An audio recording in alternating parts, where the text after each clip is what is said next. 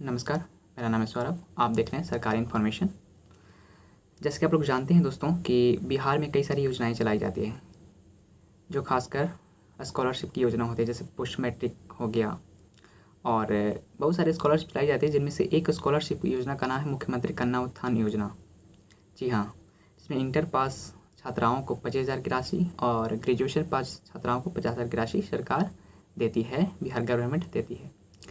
उसमें से मैं आज बताने वाला हूँ कि 50,000 की राशि के लिए आवेदन किस तरह से आप लोग करेंगे कि आवेदन सफलतापूर्वक वहाँ पे रजिस्टर हो जाए, जिससे आपका पेमेंट आने में कोई भी समस्या का सामना ना करना पड़े। ठीक है, तो मैं स्टेप बाय स्टेप इसको बताऊँगा और सबसे पहले आपको मैं बता दूँगा कि आपको क्या करना होगा ऑनलाइन आवेदन करने के लिए। ऑनलाइन आवेदन करने के लिए आपके पास 2 दस्तावेज होना बहुत ज़रूरी है। सबसे पहले आपको रेसिडेंस सर्टिफिकेट, निवास प्रमाण पत्र आपका बनना होना चाहिए, और दूसरी बात कि आपके पास ग्रेजुएशन का फाइनल मार्कशीट होना चाहिए, तभी आप आवेदन के लिए एलिजिबल हो सकते हैं। ठीक है, या होंगे।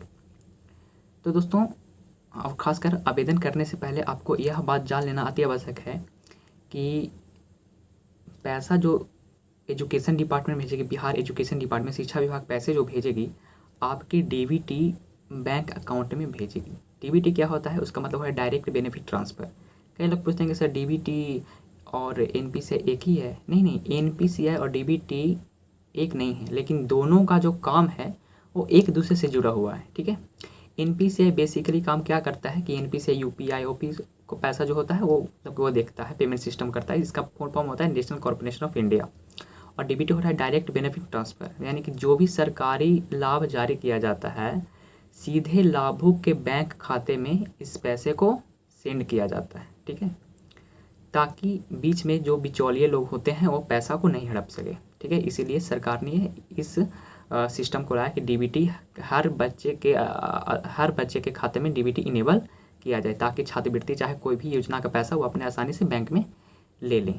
तो मैं आपको स्क्रीन पे मैं आपको दिखा दे रहा हूँ कि इस तरह से आपको नज़र आएगा कि अगर आपका बैंक सीडेड है खाते से, आधार से आपका बैंक सीडेड है, तो इस तरह से यहाँ पे शो करेगा। ठीक है, तो सबसे आगे क्या करना है आपको, मैं आपको बताता हूँ।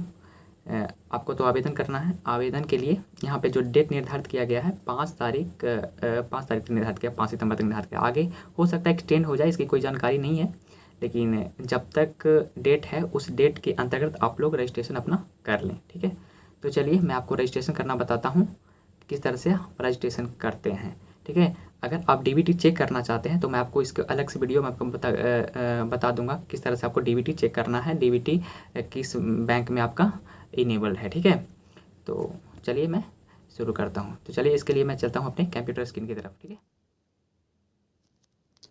पोर्टल पर ऑनलाइन पंजीकरण करने के लिए आपको कोई भी ब्राउज़र को ओपन कर लेना होगा। चलिए मैं क्रोम ब्राउज़र को ओपन कर लेता हूँ। क्रोम ब्राउज़र को ओपन करने के बाद आपको सिंपली सर्च बार में आपको टाइप करना है मेधा सॉफ्ट। जी हाँ, मेधा सॉफ्ट टाइप करने के बाद आपको सिंपली सर्च कर देना है। सर्च करने के बाद जो पहला वेबसाइट आएगा मेधा सॉफ्ट गवर्नमेंट ऑफ बिहार, इस पर क्लिक कर देना है। क्लिक करने के बाद यहाँ पे जो फाइनल रिजल्ट पब्लिश बिटवीन उस पर क्लिक कर देना है। क्लिक करने के बाद आप नीचे स्क्रॉल डाउन करते जाइएगा, वहाँ पे आपको पेज दिखा स्टूडेंट रजिस्ट्रेशन का, इस पर क्लिक कर देना है। क्लिक करने के बाद आपके पास स्टूडेंट रजिस्ट्रेशन का पेज कुछ इस प्रकार से ओपन हो जाएगा। आप इस गाइडलाइंस को पढ़ भी सकते हैं, अन्यथा इसको स्किप भी कर सकते हैं, लेकिन मैं प्रीफर करूँगा आप इसे पढ़ लें, आपको जानकारी हो जाएगा किस तरह से आवेदन करना है। ठीक है, तो चलिए मैं पढ़ लेता हूँ। पढ़ करके मैं आवेदन आगे बढ़ाता हूँ, कंटिन्यू करता हूँ। उसको कंटिन्यू पे क्लिक कर देता हूँ। मैं इसको पढ़ लेता हूँ। उसके बाद देखिए यहाँ पे लिखा गया student registration verification, department verification और पेमेंट, इसका लास्ट स्टेज आता है। तो स्टूडेंट रजिस्ट्रेशन पर क्लिक करने के बाद यहाँ पे कंटिन्यू पे क्लिक करने के बाद यहाँ पे मैं अपना यूनिवर्सिटी को सेलेक्ट कर लेता हूँ। अपने अकॉर्डिंग आप सेलेक्ट कर लीजिएगा, जो भी आपका यूनिवर्सिटी, जो भी आप यूनिवर्सिटी से आप पास आउट हुए हैं वहाँ से।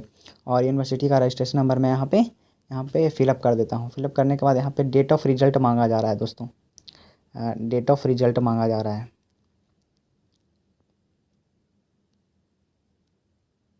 चलिए मैं यहाँ पे डेट ऑफ रिजल्ट यहाँ पे दे देता हूँ। उसके बाद मोबाइल नंबर, जो भी मोबाइल नंबर, ज़रूरी नहीं है कि जो भी मोबाइल ओटीपी वेरीफाई करने के बाद आपके पास रजिस्ट्रेशन डिटेल्स का कुछ इस प्रकार से पेज ओपन हो जाएगा। जी हाँ, जहाँ पे आपको university name, university registration number, date of result, mobile number जो आपने फिलअप किया था वो आपका सेम यहाँ पे शो करेगा। आपको यहाँ पे कुछ नहीं भरना है, आपको यहाँ पे मार्कशीट नंबर भरना है। आप मार्कशीट के अकॉर्डिंग यहाँ पे अपना मार्कशीट नंबर भर सकते हो, इसमें कोई दिक्कत वाली बात नहीं है, ठीक है। ले रहा है अब डेट ऑफ बर्थ यहाँ पे अपने डेट ऑफ बर्थ आप किस तरह से डालिएगा मैं आपको बताता हूँ। डेट ऑफ बर्थ आप एज़ पर आधार डालिएगा, ठीक है। उसके बाद आपको कैंडिडेट्स नेम और फादर्स नेम डालना है। चलिए मैं जल्दी जल्दी इसको फिलअप कर लेता हूँ। सबसे पहले मैं डेट ऑफ बर्थ यहाँ पे सेलेक्ट कर लेता हूँ। डेट ऑफ बर्थ मैं सेलेक्ट कर लेता हूँ। डेट ऑफ बर्थ सेलेक्ट करने के बाद यहाँ पे कैंडिडेट्स नेम मैं यहाँ पे लिख लेता हूँ, फिलअप कर लेता हूँ, ठीक है। उसके बाद मैं फादर्स नेम फिलअप कर लेता हूँ।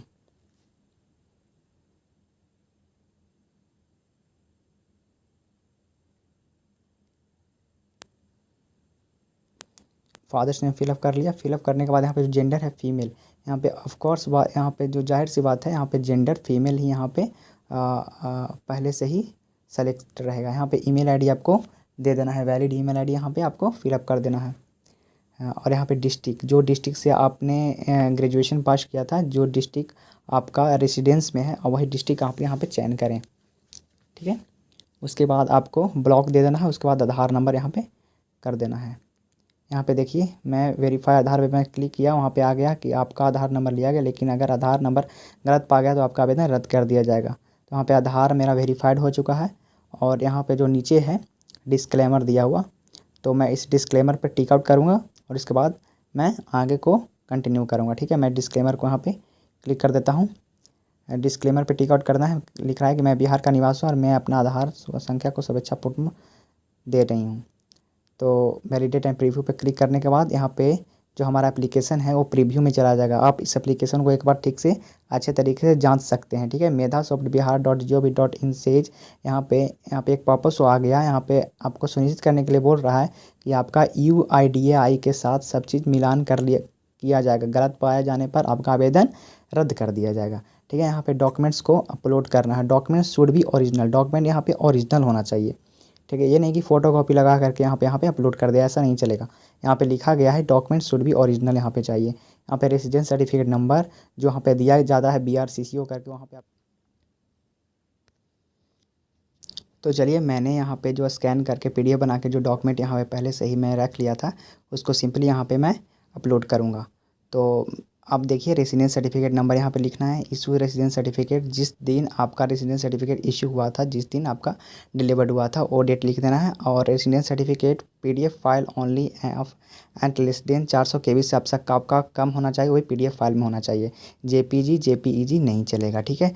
तो आपको सब चीज़ अच्छे तरीके से जांच लेना है। उसके बाद ज़्यादा हड़बड़ाने की कोशिश ना करें, पेशेंस रखें और आराम से इसको अप्लाई करें। यहाँ पे देखिए एडिट सक्सेसफुली का पेज कुछ इस तरह से मेरे पास आ गया है और रजिस्ट्रेशन सक्सेसफुल मेरा हो चुका है, ठीक है।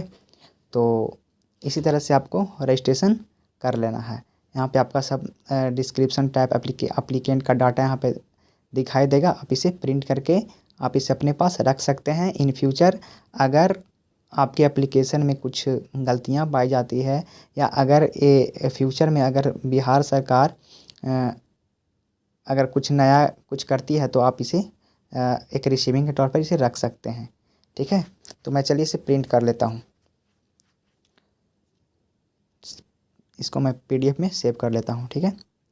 और इसके बाद अपना स्टेटस भी चेक कर सकते हैं। स्टेटस चेक करने के लिए मैं अगले वीडियो में आपको बताऊँ।